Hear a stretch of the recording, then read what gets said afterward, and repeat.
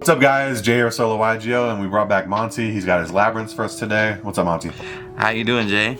Pretty good. Pretty good. Let's do this. So I will say though, off rip, Labrynths, second favorite deck so far that I've played.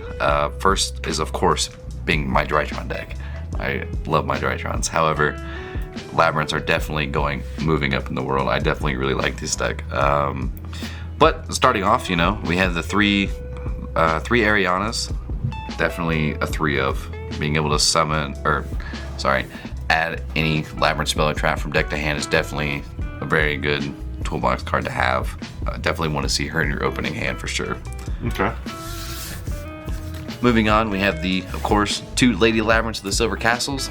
She's amazing. While you have a set card, can't be destroyed by card effects, and she will set a normal trap after you activate one, and she can summon herself, especially off of any Labrynth or normal trap being activated. It's definitely a very good card to have. Sounds good. Next up, the 2 lovely Labrynths, also a very good one. Being able to pop a card on the field or in your opponent's hand, and at the same time recur your normal traps from the graveyard. And keep your opponent from activating monster effects in response to your normal traps is definitely a very good effect to have. And I only run the one Ariane. I'm pretty sure that's how you say Ariane. Just because you have to send a normal trap from your hand or on the field to summon a level 4, which will always be Ariana. I've seen a lot of people only playing one of her. Oh yeah.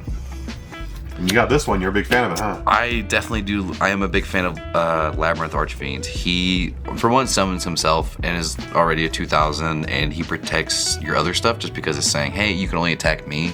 But at the same time, the whole deck runs normal traps. And now you're putting normal traps in the graveyard to make this guy a lot bigger by 400 for every normal trap with a different name. He is a very good card to have, and I definitely appreciate having him, especially against cards like Blackwing Full Armor Master or Raid Raptor Ultimate Falcon, just being able to beat over them with him. Okay. And then we're going into some of the kind of more toolbox cards, or what they call the furniture cards. Chandelier and Stovey, both of them are really good. You know, send 2, and they will add you the Labrynth spell or trap. But especially with both of them, if you remove something with your normal trap, Chandelier will add itself back to hand, and Torby alone will just summon itself back on the field. And you can just do it again. They're quick effects. You can do it on your opponent's turn. Doesn't matter. So they're really good to have. I'm definitely a fan of the furniture portion of the Labrynths. And then, of course, one of the bigger toolboxes that everybody has, Absolute King Backjack. Send it to the graveyard. You know, look at the top 3, set it up how you want it. On your opponent's turn, banish it. Look at the top card. If it's a trap, you set it. If not, set it to the graveyard. But if you're activating it, it's more than likely going to be a trap card, and you can activate it the same turn it's set. Sounds good. And then, of course, we have the field spell, Labrynth. Everybody kind of really knows what it does. If you activate a Labrynth spell or trap, you get to. If you activate a non-Labrynth spell or trap, you can summon a fiend from your graveyard. But if it's a welcome Labrynth, so welcome, big welcome, fair welcome, you pop a card on the field. And also, a lot of people don't run Labrynth setup, but in a grind game, I feel like Labrynth setup is pretty good, just because you get to put your traps back into your deck, and then set ones with set traps up to what you sent from graveyard to deck. So it's pretty good grind card, I think. But again, that's just how I play. Sounds good. And then, of course, 2 Pot of Extravagances. Gotta banish the extra deck and draw some more cards. It's a lot better than I think Prosperity. I think it's better than Prosperity in this instance, just because it's the unknown factor of what you're drawing to your opponent. You can get really rewarded in trap decks by getting another trap. Oh yeah, especially when your opponent doesn't know what it is, and you can surprise them with it on their turn. Yeah. You have issues getting to your starters, or not really? Not particularly in this deck at all, actually. So that'd be another reason to run it over Prosperity. Because Prosperity is more of like, I'd rather take one because I need to get to a certain card. Oh yeah. And especially with all the searchers, welcome Labrynth for sure, and being able to just summon one of them that you need, and then continue from there. Yeah. And then with Labrynth getting the pop, big welcome. But it's nice because it does the exact same thing as welcome Labrynth, but also has a graveyard effect on top of it. But it also puts off the effect of Labrynth to pop a card on the field. You gonna get the quarter century secret rare? Probably not. These are also reprinted as secret rares in the new set, by the way. They were, Yeah. but all of them. All so far, my whole deck is Tactical Masters for the most part. So, Yeah, you want the OG ones. Oh yeah, I'm a big fan of that stuff. Fair enough. Now we're getting into my trap cards that I put together for this deck. We have Archfiend's Ghastly Glitch. As long as you control a fiend, which the whole deck is basically fiends, so you're going to target a card on the field and destroy it. Pretty simple. It starts off all your effects again. And then Fair Welcome is basically only here for Labrynth Archfiend, because he will set it from the deck, and you can negate any attack with it to destroy a card on the field. And being Labrynths, they don't care what's sent to the graveyard. You can pop your own cards, your own monsters, and it'll still get the effect. And plus, Fair Welcome still gets the boost off of Labrynth because it is a Welcome Labrynth card. Thoughts on this being banned? Please don't. Please don't ban this card. It's great because it stops stuff like the Sky Strikers and things like that.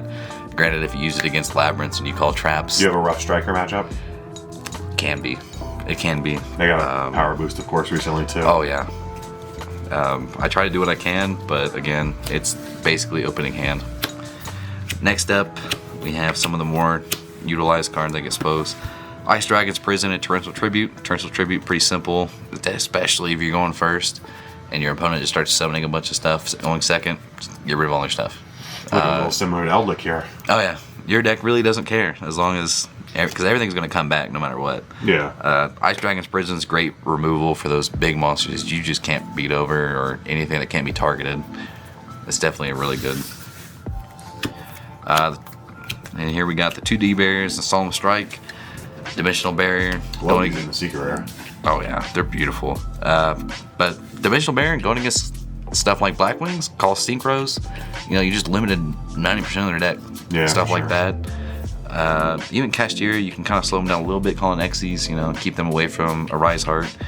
Solemn Strike's the only non-normal trap that I basically run just to stop things from hitting the field that I wouldn't like if I don't have the rest of the cards that I need.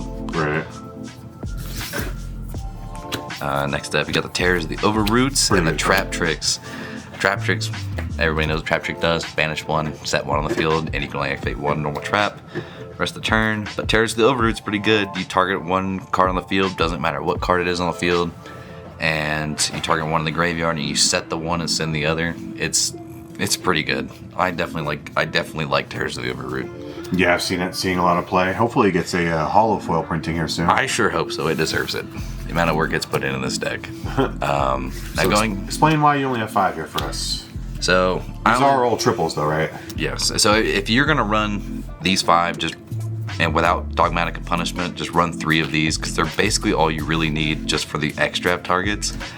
But other than that, for me, just because I don't run Dogmatic and Punishment, every other card in my extra deck is a extract target. These 5 are basically the only key ones that I really worry about, if I even go into the extra deck at all. So just to clarify, you're running 3 of each of these because extract is random, and you want to see at least one of these when you go to have them. Yeah. At least one of them, especially Underworld Goddess. She's a great card to have. I definitely like running Underworld Goddess. Dugaris is a nice draw too. And then Nightmare Package. Everybody knows Nightmare Package at this point. Yeah. Get rid of a monster, get rid of a spell trap, or just shuffle one in the deck. So, well, that's it for the Labrynth deck profile.